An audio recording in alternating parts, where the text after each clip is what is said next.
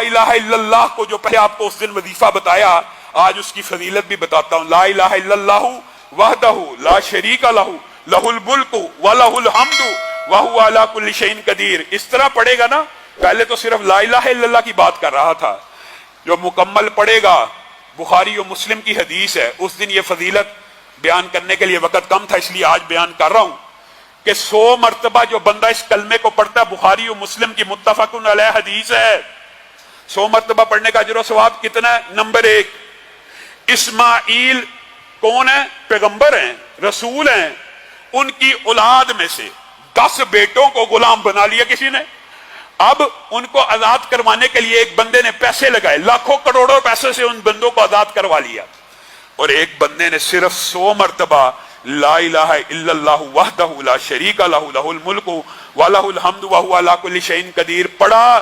نبی کریم صلی اللہ علیہ وسلم نے فرمایا اس بندے کے نامہ اعمال میں 10 اسماعیل کے غلام بیٹوں کو آزاد کرنے کا اجر و ثواب لکھ دیا جائے گا۔ کیا رسول اللہ کی بات پہ شک ہے؟ تو پڑھتے کیوں نہیں؟ وجہ کیا؟ ہمیں بس پرچی چاہیے، ہمیں بس نسخہ چاہیے، جو وہ دے، اور دے بھی کون؟ جو 20 سال سے نہایا نہیں، خود نہیں پڑھنا۔ یہ 100 مرتبہ پڑھیں گے تو اسماعیل کے 10 بیٹوں کی آزادی کا ثواب ہے، اور اسی پر بس ہے۔ بہت سے بھائی سوال پوچھتے ہیں، میں آج آپ کو شرح صدر کے ساتھ یہ بات کہتا ہوں، جادو جتنا مرضی پرانا ہو، شیطانی وسوسے جتنے زیادہ ہوں، بندش، رزق، نظر بد، اسیب، جادو، بدرو، آج کل یہ بھی ایک دھندا بن گیا ہے۔ اگرچہ رقیہ شریعہ اسلام میں ہے، لیکن اب میں نے دیکھا یہ ایک دھندا اور کاروبار بنتا جا رہا ہے۔ جتنا مرضی پرانا جادو و حدیث کے الفاظ کے اوپر غور کیجئے، نبی کریم صلی اللہ علیہ وسلم نے فرمایا 100 مرتبہ صبح پڑھے گا تو شام تک شیاطین اور جنات کے شر سے محفوظ ہو جائے گا۔ جادو کن 2 چیزوں سے ہوتا ہے؟ یا جنات کے ذریعے، کاہن اپنے جنات جو ان کے مددگار ہوتے ہیں ان کو بیچ کے بندے کو ڈسٹرب کرتے ہیں، یا الفاظ سے۔ الفاظ کے بھی اثرات ہوتے ہیں۔ آپ کسی بچے کو جس کے اندر کانفیڈنس نہ ہو، آپ اس کو کہتے رہے نا، بک اپ کرتے رہے، تو بڑا اچھا ہے، تو بڑا اچھا ہے، تو بڑا اچھا سنا رہا ہے، تو بڑا اچھا جا رہا ہے، تو بڑا اچھا پڑھ رہا ہے، تو صرف الفاظ کی وجہ سے اللہ تعالیٰ وہ بیماری دور کر دیتا ہے۔ اسی طرح برے الفاظ کے بھی اثرات ہوتے ہیں، ہمیں اس بات کا انکار نہیں ہے۔ مثلا آپ کسی بندے کو گالی دینا شروع کر دیں، تو یہ ہے، تو یہ ہے، آپ دیکھیں گے آپ نے اس کو صرف بغیرت ہی کہا نا، تو اس بندے کا بلڈ پریشر بڑھ جائے گا۔ اس کا مطلب ہے الفاظ کے اثرات کا تو ہم انکار نہیں کرتے، لیکن یہ جو الفاظ بد کاہن جادوگر لوگوں کے گھر اجاڑنے کے لیے جنات یا الفاظ کے جادو کرتے ہیں، ان سے بچنا کیسے ہے؟ یہ 100 مرتبہ یہ پڑھا کریں، صبح کو پڑھیں گے شام تک شیطان سے محفوظ، شام کو پڑھیں گے صبح تک شیطان سے محفوظ۔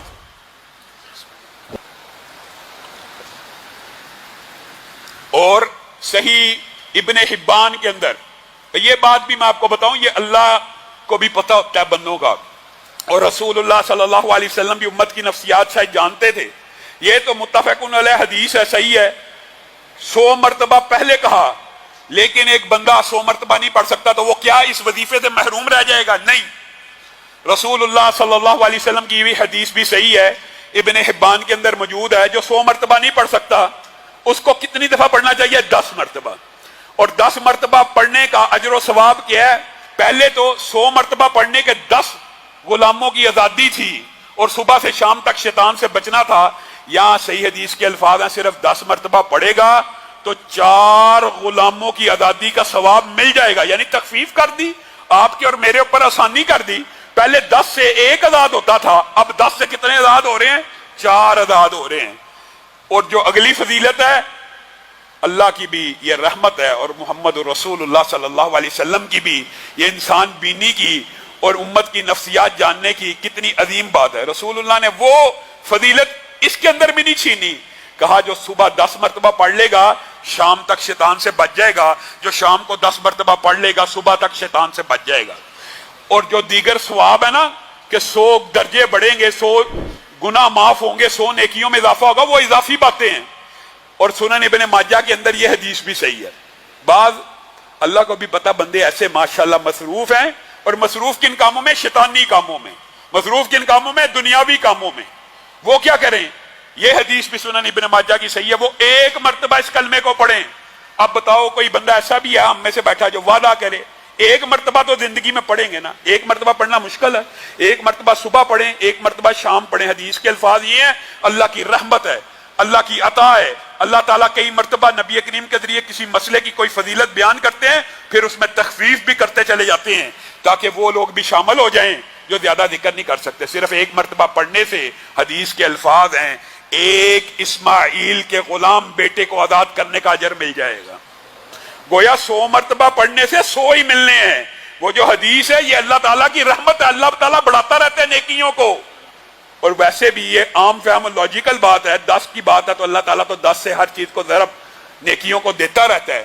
گویا ایک مرتبہ پڑھنے سے بھی ایک اسماعیل کا غلام بیٹا آزاد ہوگا, اور صرف ایک مرتبہ پڑھنے سے صبح سے شام تک شیطان جنات جادو سے بچ جائے گا, اور شام سے صبح تک بچ جائے گا. اب بتائیے کتنا کو پرانا جادو ہے جی, بڑا پرانا جادو ہے جی, بڑے مسئلے آ گئے ہیں جی, بڑے مسئلے. 100 مرتبہ صبح اور شام اپنے گھر میں یہ وظیفہ پڑھ لیں, میں آپ کو گارنٹی دیتا ہوں جتنا مرضی پرانا جادو ہو, جتنا مرضی برا تویز ہو, جتنے مرضی اثرات بد الفاظ کے ہوں یا جنات کے ہوں, اس وظیفے کے سامنے نہ جن ٹک سکتا ہے نہ برے الفاظ ٹک سکتے. آج آپ نے صبح سے شام تک اور لوگوں کو ابلاغ بھی کرنا ہے, یہ وظیفہ پڑھنا ہے.